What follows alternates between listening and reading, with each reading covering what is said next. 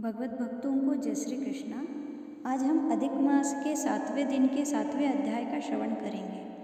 सूत जी कहने लगे कि हे तपोधन, जब विष्णु भगवान मल मास का अपार दुख कहकर चुपचाप आसन पर बैठ गए तो श्री कृष्ण ने विष्णु को जो गुह्य वचन कहे वह मैं तुमसे कहता हूँ। श्री पुरुषोत्तम बोले, हे विष्णु, आपने बहुत अच्छा किया जो मलमास का हाथ पकड़कर यहाँ पर ले आए। इससे लोक में महान कीर्ति पाओगे। जिसको तुमने स्वीकार किया उसको मैंने भी स्वीकार कर लिया। इसको मैं अपने समान ही कर दूंगा। गुण, कीर्ति, अनुभव, छंदो, ऐश्वर्य, पराक्रम, भक्तों को वरदान, मेरे समान सभी गुण इसमें होंगे। जैसे मैं लोक में प्रसिद्ध हूँ वैसे ही यह भी पुरुषोत्तम नाम से विख्यात होगा। जो गुण मुझ में है वही मैंने इसको दिए। हे जनार्दन, तुम्हारी प्रसन्नता के लिए मैंने अपने सभी गुण इसको दे दिए और मैं ही इसका स्वामी हूँ। यह पुरुषोत्तम के नाम से जगत में प्रसिद्ध होगा और मेरे समान होकर सब मासों का स्वामी होगा। अब यह जगत का पूज्य, जगत के नमस्कार करने योग्य होकर पूजनीय होगा और पूजने वालों का दुख व दरिद्रता का नाश करेगा।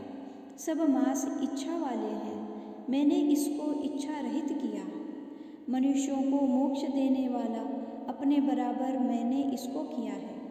जो कोई इच्छा रहित या इच्छा वाला इसको पूजेगा वह अपने किए कर्मों को भस्म करके निस्संशय मुझको प्राप्त करेगा। हे गरुड़ ध्वज, महाभाग्यशाली यति, ब्रह्मचारी महात्मा निराहारी भी मेरे परम स्थान को प्राप्त नहीं होते हैं, परंतु पुरुषोत्तम के भक्त मास भर में जन्म मृत्यु से रहित हो बिना श्रम के ही हरि के पद को पा सकते हैं।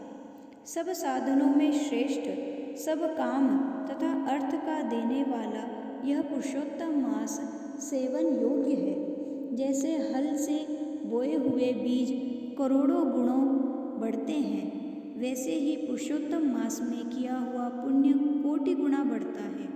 कोई चातुर्मास के व्रत यज्ञों द्वारा स्वर्ग में जाकर वहाँ के भोगों को भोग कर फिर इस पृथ्वी में आते हैं, किंतु जो पुरुषोत्तम का आदर से विधि पूर्वक सेवन करता है वह अपने कुल का उद्धार करके मुझको ही प्राप्त होता है। जो महाअज्ञानी मनुष्य इस मास में जप दानादि नहीं करते और अच्छे कर्म नहीं करते, देव तीर्थ तथा ब्राह्मण से वैर करते हैं, वे दुष्ट भाग्य वाले दूसरे के भाग्य पर जीने वाले हैं। उनको खरगोश के सिंग के समान स्वप्न में भी सुख नहीं होगा।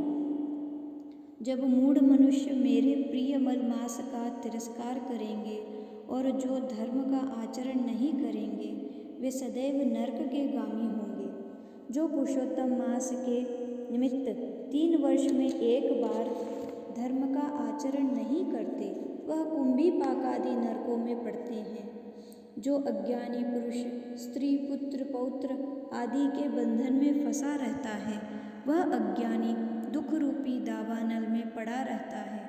जिनका अज्ञान से मेरा प्रिय अत्यंत पुण्यवान पुरुषोत्तम मास बीत गया, उनको कैसे सुख प्राप्त हो सकता है। श्रेष्ठ भाग्यशाली जो स्त्रियां पुत्र सुख सौभाग्य के लिए पुरुषोत्तम मास में स्नान, दान तथा पूजन करेंगी, उनको मैं सौभाग्य, संपत्ति, सुख तथा पुत्र दूंगा। और जो मेरे इस मास को ऐसे ही व्यतीत कर देंगी उनको मेरे प्रतिकूल और स्वामी से सुख नहीं होगा। भाई, पुत्र तथा धन का सुख तो उनको स्वप्न में भी प्राप्त नहीं होगा। अतः सब मनुष्यों को मेरे इस मास में स्नान, पूजा, जपादि करना, विशेष करके अपनी शक्ति के अनुसार दान करना चाहिए। जिसने भक्ति और श्रद्धा से पुरुषोत्तम मास में मेरी पूजा की वह धन तथा पुत्र का सुख भोग कर अंत में मेरे गोलोक में वास करेगा। अब मेरी आज्ञा से सभी मनुष्य मलमास को पूजेंगे। मैंने सब मासों में उत्तम इसको किया है। इसलिए हे रमापते, तुम चिंता छोड़कर पुरुषोत्तम मास को लेकर वैकुंठ को जाओ। 7वां अध्याय समाप्त हुआ। जय श्री कृष्ण।